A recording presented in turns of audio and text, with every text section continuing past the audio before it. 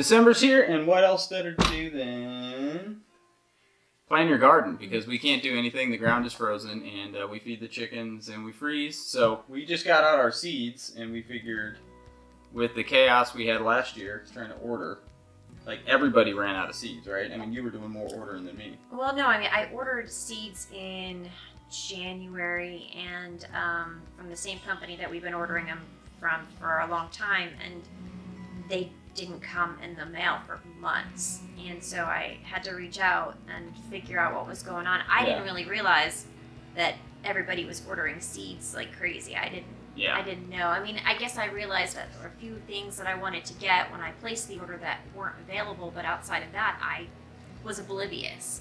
Then I reached out and I was like, "Hey, you know, where are my seeds?" Yeah. And then it clicked. Yep. Okay. So booming. So since we are prepared for that this year, we wanted to go through our stuff because in our cold climate, we got to kind of start seedlings early. Kind of, yeah. We got to start seedlings early so we can get them, either in the hoop house out there, maybe by early March, or definitely up in we have a room that we like to start seeds in. So we want to know what we have and kind of go through them. And she did an awesome job of getting all these unique seeds last year. You got like some really crazy things. Well, I kind of freaked out after I realized that the seed situation was what it was, and I said, "Oh, I'm start ordering seeds." And then I found Baker Creek, right, which I had never ordered from before. We always ordered from Territorial. And you had a lot of success with Baker Creek, did you not? Oh yeah, I love. Okay. I mean, listen, they get mixed reviews, but the people who love them, and I think for a reason. I think that they definitely grow some more unique things, and so sometimes those seeds might be difficult to germinate in your area. So it is really often overlooked is to buy the seed for your climate and for your soils and things like that. So, I mean, obviously we might get something from a seed company and it's a well-established plant for, Southwest Georgia or something along those lines. Right. And then people get really frustrated and they might have disease problems, across the country, or they just like, why is this not, it's staying this tall for a month. Like, why is it not taking off? that's kind of like us with the Kajari melons. Yes, she's been trying to plant or grow Kajari melons, and it's zero success. I mean, Well, no, that's not true. Pretty much, it was like 9 months old, and it had a little melon on it. Well, what happened was the fire, right? Right. Fire, and then that one night when we left, yes, everything. We had our first frost. What was that? That was in September. August. Had to be August. It wasn't August, no. It was September? It was in September. Well, that's when they just started taking off, finally. Right.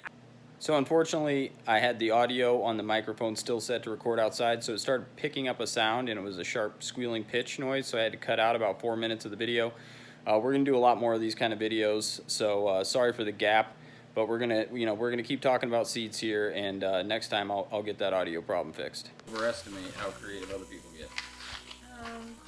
Yeah, I guess I'm in a whole bunch of Facebook groups and stuff with people who think like me. Yes, exactly. Who- But most people who are just starting a garden, or, I mean, we've got so many people moving out into the country now as people are getting out of the cities for obvious reasons, and they want a couple acres or, a half acre or whatever, and they want a garden plot. And so there's just a lot of people who are just now starting to garden. And not that we're experts or anything. We've only been doing it for, for a few years, really. But and it's tricky here. yeah, it's trickier because The our last season is frost ridiculous. day, like they say, don't grow here until Mother's Day. But it's after that, But- really. It can be a couple weeks after that, and then we can have our first frost the first week of September. I mean, you could do brassicas, Yeah.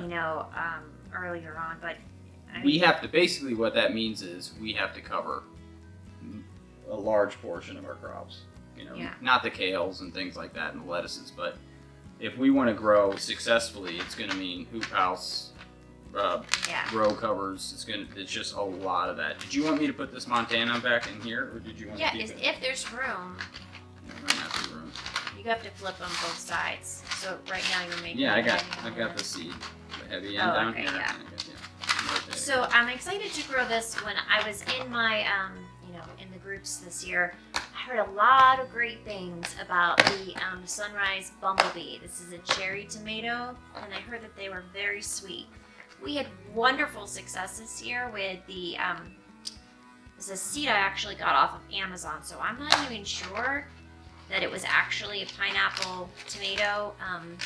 There's another lady in my North Idaho Gardening Facebook group, and she said that she was growing pineapple tomatoes, and her pineapple tomatoes were pink, and mine were like a variegated, almost like an ombre effect of a yellow moving to red. You know, the riper it got, the redder it got, and when you cut into it, they were actually just so pretty. But the description said that they had a sweet citrus-like flavor, and I just didn't find that. And I am looking for a sweeter tomato, so I'm excited to grow this one this year. But they're cherry tomatoes, not like Right, but salads. Yeah, no. Yeah, We made a ton of sauce. And from the pineapple tomatoes, and it was awesome. Yeah, and I did mix it with other tomatoes, but. Right, and our son has a lot of allergies, so it is, when we go and buy sauce, it's got to be clean sauce. And, obviously... Right, they use citric acid a lot in sauce. And he does have a small problem with citric acid, and then obviously a lot of other sauces that are less expensive have tons of different things in them.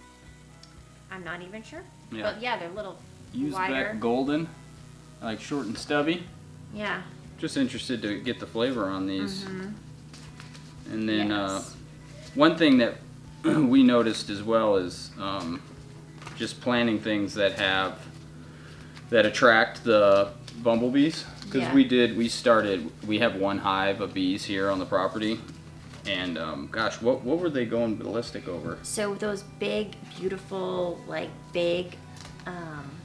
bumblebees, like the honeybee guys there, were falling in love with a squash that I planted called the Boston Marrow. Is that the big one, right? Yeah. Yeah, we have one, right? Yeah, we have one. It's the only, I gave a couple away, didn't I? Yeah. You did, but don't you So have- one of the plants that was just growing so well that got killed from the night of the fire was the Boston Marrow, and we got to do something we with we this took soon. this off the But- thing. They get larger than that. Yeah, they get bigger than this, but we had the frost, and so we had to pull them. So this probably would have gotten maybe And it- 30% larger than it and is it right ripened now. inside. Yeah, But it's supposed to have a sweet meat and it's a pretty squash.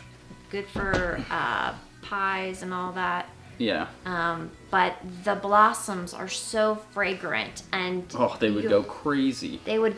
Every time you'd walk by, you'd see one or two at a time napping in each blossom. It Yeah, was if cool. you didn't know, the bees gorge and then they'll actually just sleep inside the flower. I didn't know that. We were like, are they dead? I was pulling when I like to pull the old blossoms that are no longer. You can see that they're starting to wilt. I like to pull them so that the plant has more energy. And I grabbed one, and there was a bee in there, and it was buzzing, and I was like, oh. So I was careful from then on. Look what I just came across. This is a funny story. This is the pineapple ground cherry. On the top, because it's from Territorial, it says Tomatillo. And so when I bought these, I didn't know what it was. I'm sure it said something that, they liked them, they were sweet, they were good. And I was like, okay, I'm intrigued, and I bought them. And one of the groups that I'm in, there was kind of a big buzz this year talking about ground cherries. And so I couldn't get my hands on the seeds, and I had planted these guys thinking that they were legit tomatillos, something that you would make salsa verde with or something like that. And so when they were growing, they have these little husks that grow, and then they're super tiny. And then they would drop, and I would be like, oh, it didn't grow to the size that you would think a tomatillo would grow to. So I didn't understand what was going on. And then eventually one day I decided to taste it, and I said, oh my goodness, I found the receipt which said pineapple ground cherry on it, and I sort of clicked in my mind, oh my goodness, I've been growing pineapple ground cherries. And that's when I got all excited because they had been doing really well, and they took a long time to get going. And then after, our daughter loves them too. Oh yeah, we would go out there all the time and scout it out and look for them. But they're fun. I highly recommend. There's definitely, like, the jury is out with whether or not people like them. I found if you eat them too early, they taste like butter. Yeah, aren't they? They gotta fall. Yeah. You can't pick them right off the plant and eat them. Yeah, they have to fall, and they can even fall and take a few days after they fall to really get yellow. And I think I read something about if you eat them too early, then they actually have toxins in them or something. But nothing. I don't think anybody could ever eat an amount that would actually make you sick from it. So, but they're fun. And I'm not 100% sure because I obviously planted both of these. I've got the Aunt Molly's and the pineapple ground cherries, and I don't even really recall a huge flavor difference, but I know that there is a preference among people who like to eat them on a regular basis. So did we try those? No, I haven't. Those are these are small, right? These is like another cherry tomato, lychee. Lychee. Mm-hmm. Yeah, so they are. They might even be like a currant sized tomato. I'm not even sure. They look small on the picture in the vine. These were beautiful too. These are the gray poppy. We had amazing success with these. I wasn't sure. Yeah, we did, didn't we? I never planted flowers before, and not that weren't already ready to go from a nursery. Yeah. So this was my first stab at it, and so easy to grow. I did nothing, and they just did well, and they're so pretty. They're just striking. It's a striking flower. This is what's this? Are these all tomatoes in here, huh? Yeah, that's from Wild Boar Farms. I've noticed that. Where are they out of? Do you know? California. California. Yeah. They're all, hybrids. Yeah. So. Which, if people don't know, you can have hybrids. That's not GMO. That's a whole different thing. So. No, I think most people understand at this point. Like, you can't buy GMO seeds. Yeah, you can't. No. Don't ever. Well, you can't find them. They're not accessible to people like the average gardener. You can't go to the store. Well, if you go to like a supermarket and stuff and they have seeds? No. You don't have GMO seeds there? No. Okay. No. Well, either way, hybrids are not the same. Yeah. That's just cross-pollinating. Yeah. Hybrids Okay. are, but as far as like trying, tomatoes. I know. Yeah. I don't know. We're gonna have to have 40 labels just to keep our tomatoes straight. I love tomatoes. I love growing Long-term tomatoes. plan is that we're gonna have at least 3 48-foot hoop houses. Yeah. So we'll have one this year, and then we'll improve all of our row covers and just maximize more of the garden space. And that should give us plenty if we want to sell some produce, as well as plenty of stuff for us. Yeah. I mean, I don't know where we'll be this year, if we'll be able to sell produce, but eventually at some point we should be able to. Yeah. Look at this one. This looks so beautiful. This is called Violeccio di Verona. It's a cabbage? Yeah, look at that gorgeous leaf. I'm super. It looks a little reminiscent of like radicchio, and so I'm hoping it's not like a bitter. There we go.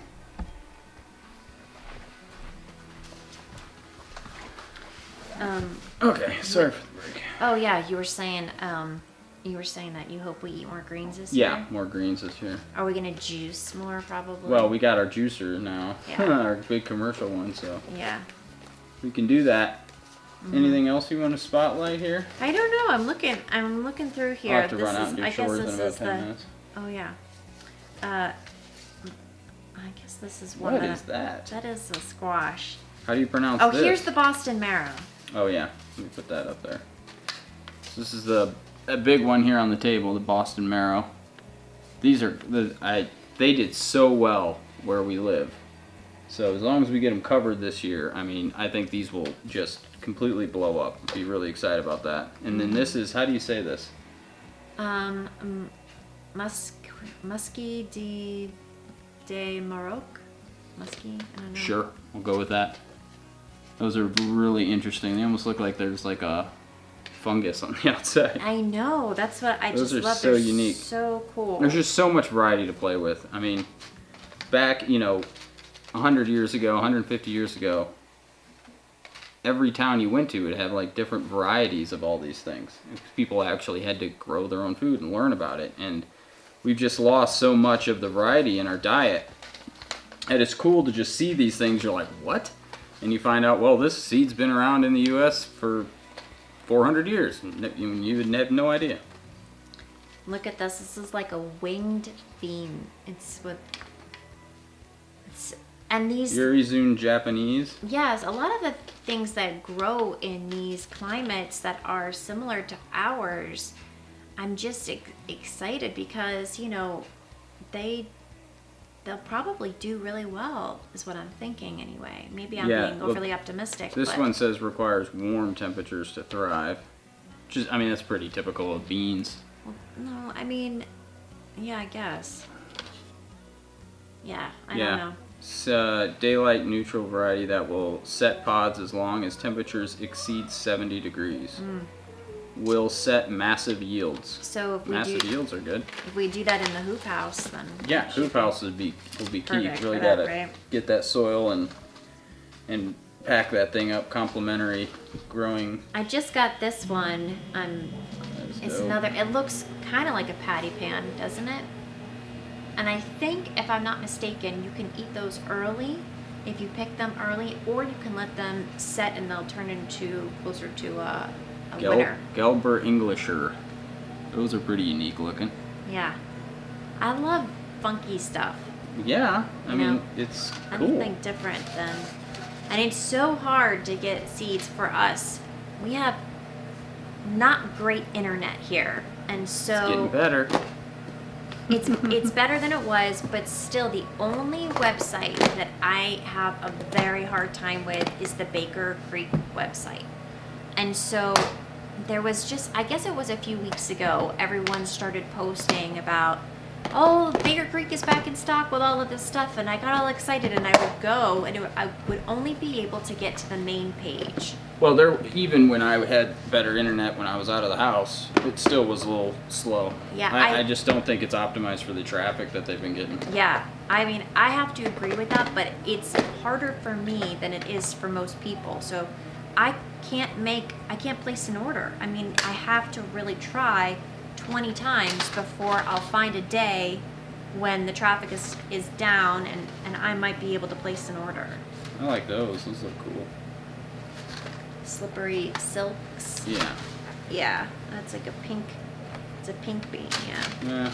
Try these this year. Slippery silks. Yeah. Grow some different varieties of beans here. My son loves beans, so see how he does with these. Yeah. I have a ton of beans. 60 to 85. I think I found a company, Vermont Seed Company, maybe. Yes, I saw a couple in here, Vermont Seed Company. And I bought a few. There were so many varieties on that website that I didn't know what I was doing. I was just buying. So Buy anything and everything that looked cool. yes. Which is good, because look at this now. We've got these all packed. You've got, Yeah. we got seeds for. Yeah. Well, we have to really figure out what's going to do well here, and so that's why. We've got a plan, and then we have to take rigorous notes on these seeds. Yeah. Because if you don't, you're not going to remember everything that happened the season before. You've got to take notes. Yeah. I was going to check on which are these. Those are I haven't even started looking through here. cowpeas. Just waiting for my seed catalog, and I haven't Yeah. even started looking through here yet. So Well, we'll do more videos and we'll go through more stuff. Maybe go do a couple at a time here going forward. This is a bitter melon stir fry recipe, which is what I love about this catalog. Is we have the seeds for one of these bitter melons. I believe it's this one right here. What's that catalog called again? And this is the Baker Creek Oh, whole okay. seed catalog. This is you can get one that, which I did.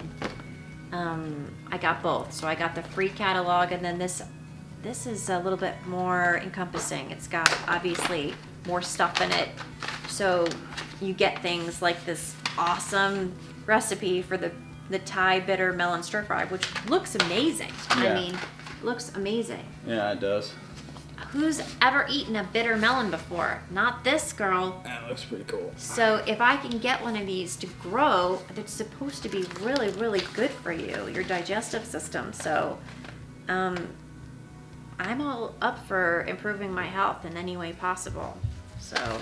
And this is just from the Vermont Seed Company, so that's just what their packaging looks like, so you know if you're in the right place. This is Little Snow Pea Purple Hybrid. Yeah, I'm definitely going to grow more beans and peas this year that are not green. Yeah. So what a pain in the butt it is. To try and find them and pick them. Oh, yes. Yeah. We had our daughter do it half the time. Like, your little eyes, you're down at that level. No, I didn't do that. I did. I'm like, I can't see these with my fat hands in there. Wow, you actually have an empty container. Oh.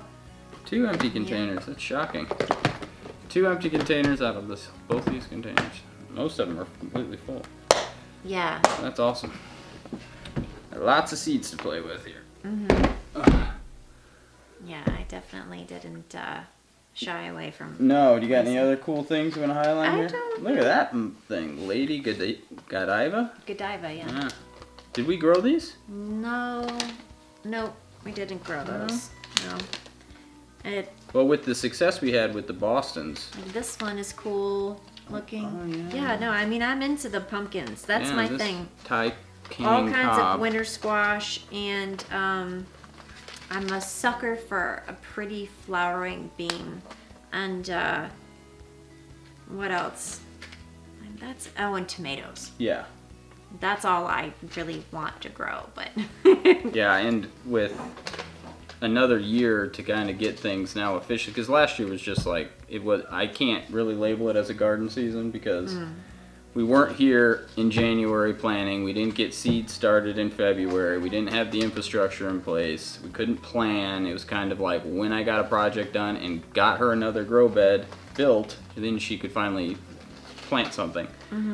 So with this year and our last property, we had bees everywhere because we had done landscaping that and grew plants that really encouraged them to come. And you'd go to a neighbor and they'd have like hardly anything, and you'd come to our property and we have beautiful bumblebees everywhere. So we're gonna mimic a lot of that here, and which is easily doable because we've got so much wildlife around us that I'm sure it takes a while. for them to figure out like. Well, yeah, for us to do our thing, for things to get flowing here. I mean, this was a property that was someone's second property. Yeah, so it was not taken care of at all. They did not live here. It was obviously used as some sort of shooting range. Just come out here and mess around. Not that there's anything wrong with the shooting range, but but I'm just they saying, were shooting glass bottles and stuff, right? and So there's glass all over rusted the garden metal, area. and the area that we're trying to, use the soil. Yeah. And so, Yes. so yeah, there's a lot to do to really make this place functional. There's a lot of disease here because things are out of balance. Oh, yeah. So, I mean, the trees are diseased. The fruit trees are diseased. And the seasonal creek we have is able to just kind of flood all over into the field. And so I'm sure that's creating some of the environment for some of the pests to kind of thrive in, because you just got like a marshy, soggy, wet soil down there. So there's a lot of work to do, especially around that garden area, just to kind of make some natural barriers between the wildlife and the little teeny pests that you can't see, and the chipmunks and the turkeys. Well, that's what we do. We just have to do our thing, and we have to create balance here where it's currently out of balance. And so that takes a little bit, and we're up for the challenge. And I'm excited to see. I'm excited for us to do some of the stuff that we've done before here. Because there's so much more potential here than there was. There's a massive amount here. Yeah. Just Sweat equity, a lot of sweat equity. There's a lot more work to do here too. Tons. So, Yeah. well, I guess tonight that wraps it up. Yeah. Anything else we wanted to go over? No, I mean, I think what we can do is we can do some more videos going forward and maybe break down onto more specific genres of plants. yeah, I mean, we're gonna have to really do some serious planning and figure out, what we're gonna do in the garden. We talked about doing like the chaos garden, so I am collecting a container of just a variety of seeds. Yeah. The chaos garden is where you just kind of Throw seeds Throw like seeds. have a designated area and just Yeah. see how it goes. let it do its thing, its Yeah. natural thing. And so I mean, I think that kind of stuff is exciting to just at least give it a try. Oh yeah, you only learn through experimenting. Right. So So we're gonna dedicate a little area to that, and then we have to finish setting up some infrastructure out there. So there's and even if somebody else has success with something, even if they're in your general vicinity of where you live, it doesn't mean you're going to, because just soils, microclimates. I mean, we have a friend that lives 10 minutes down the road, and she's 2 or 3 climate levels below us. I mean, she gets cold. She's right yeah. behind on the backside of a small mountain, and she gets this cold draft that comes zone down. 4. Yeah, is she? I thought she was 3. Is that right? She's like 3B or something. Is that Maybe right? she's 4, but I we're thought- like a 5A here, right? Or No, we're 6. we're a 6? Yeah. I'm not convinced of that. I don't think we're that warm. Well, that's what it says. That's what it says, yeah. So, But you never know because of the microclimates. yep. And then if we're up by the house, we'll have a bucket of water that won't freeze, somewhere up here. But if you go out to the end of the garden, you'll have a bucket that'll have a half-inch of ice on it. So it also depends on the canopy of the trees, and we're a little bit higher up here, and that cold air likes to settle in the valleys. So even each area is different. It's crazy. So obviously you got to learn your property, play Yeah. around with it, figure it out. Yeah, there's a lot to do. So And we have the time. yep, absolutely. All right, we'll come back and we'll do some more gardening stuff with you guys, because it's only December 12th. There's a lot more planning to do. Yeah. All right. Bye.